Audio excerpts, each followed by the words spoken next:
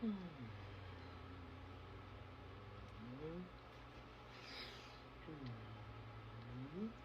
Lovely day, my lovers, too. Yes.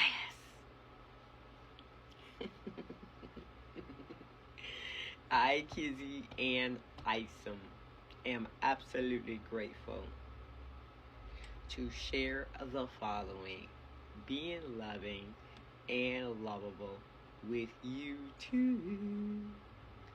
Within my lovely city of Chicago. Chicago, Chicago, Chicago. Oh, oh.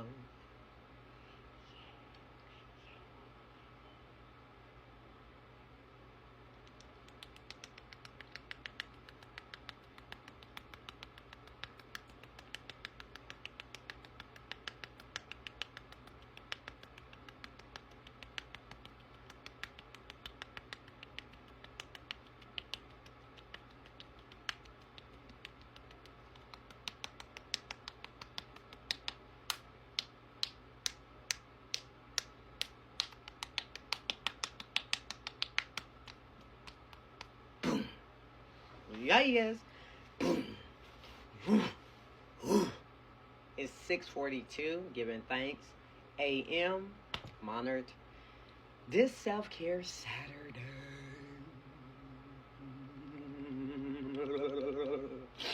I'm honored. I'm very grateful. So I come in with all this passionate loving. As I was coming out, I was doing my stretches naturally, and I love that because what I am gifted is to be able to do the things that kind of was held back here and there when I was younger. Starting at the age of 9, kind of restricting my movements because I did not want to offend anyone. And when I speak of offending anyone, it started with my mom. I discovered at the age of 9 that I was very flexible.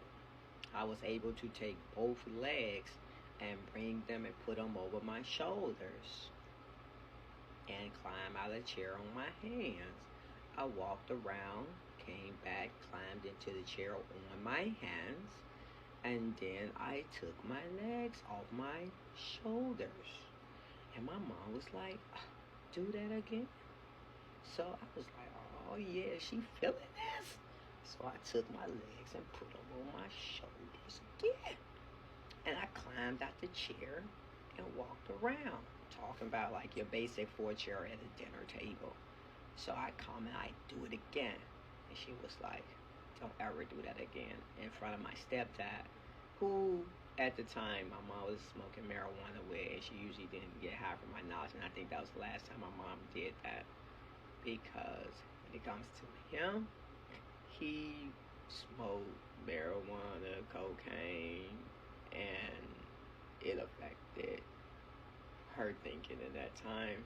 And I think it was like 2 weeks later, or next week, we were at a family gathering. And my mom came into the kitchen where I was at. She was like, Kizzy, you know that what you did down the basement? She read the chat with the whole family. And I got this saying, and she was like, do that and now. That's like, do it now. And I was like, and then I went into this, no, I'm good. Reason why was because I had been observing my mom since I was a child. When I was 4 years of age, my grand, her mom said to me, "You are a old soul. You've been here before." And I was just like, it was like, okay, like that's just you telling me something about myself that I need to tap into. I just knew I knew things, information, and the focus was to apply it here in this family.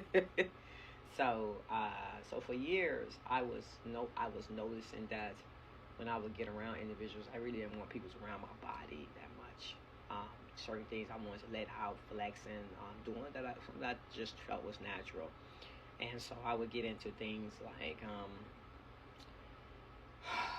when I would get a chance to go around other individuals, the focus was when I go into spaces like school. when I got to school, I felt like those were safe spaces for me to be able to, like, I would be in a space where you are expected to explore yourself, get to know yourself and others. Like, we are here learning. My mind's like, yeah, higher education, education. And so I would go into fitness. I remember when I was at Olive Harvey College, my first year of college, I was in there working out with individuals in the fitness portion, swimming, and I felt safe. I felt balanced because I was able to get in tune with what my body could do. So once I left there, I ended up attending Columbia College. And I remember being in a modern dance class. I remember my first body and condition class, whereas my instructor had expressed that awkwardness I had there when people was too close to me, and they put us in groups and have us working with each other, stretching, and it was like awkward, awkward, awkward, awkward, too close to my body, awkward. And it was true. First in love, I also was a person who smoked cigarette, and I think cigarettes stink. I know it do. So I didn't feel comfortable people being all up on me in a sense that wasn't comfortable with myself. I didn't feel like I could embrace individuals smelling like that. It's like, no, I don't even like no one that close because I don't feel like I'm giving them the best of me. And I want time to allow myself to heal so I can give them better. So I remember being in a modern dance class and we were doing the move. I was so happy to be there because I used to see them talking about ballet. You do your moves like, do first, second, third, do. I was in there happy about doing it. So when we got into that line, everybody was like, do your I had to do the reindeer, you cross the floor. And then I did the moves happy. And this is where it went to shut down. The teacher expressed, do like Kizzy. I was like, slow, just shut down. All of a sudden, I went from my A to maybe a C in her class because I withdrew. It's like, no, don't put no spotlight on me.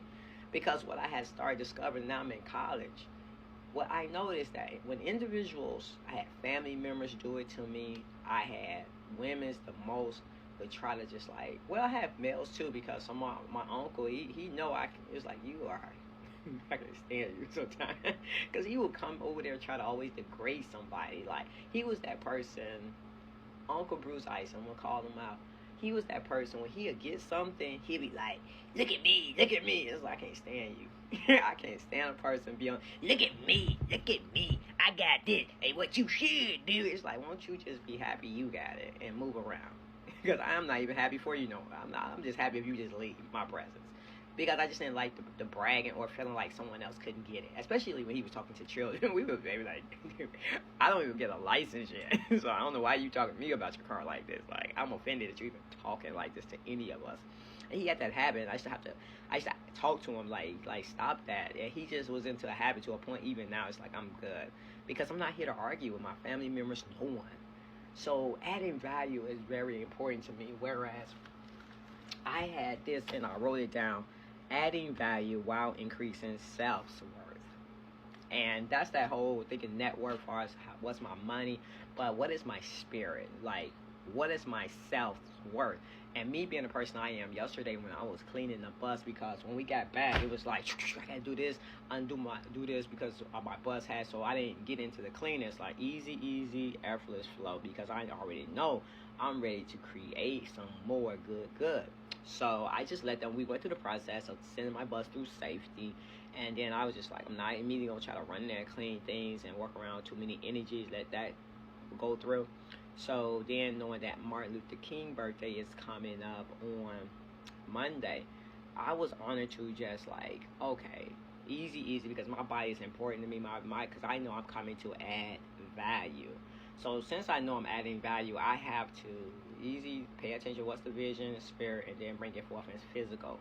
So therefore, I was honored to do that. So yesterday, when I finally got everything's clear, because my riders, they readjusting, being back from their break and everything, and I just put the decoration back up because they was kind of concerned, like, where our bus at, like, what's going on, I love it when they ask questions, because it's like, this ain't how I set up, what is this, it's empty, and I love it. That lets me know they really enjoy it.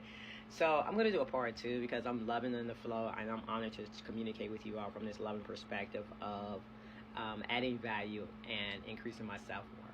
I love loving you all. Love with your love self. Yes.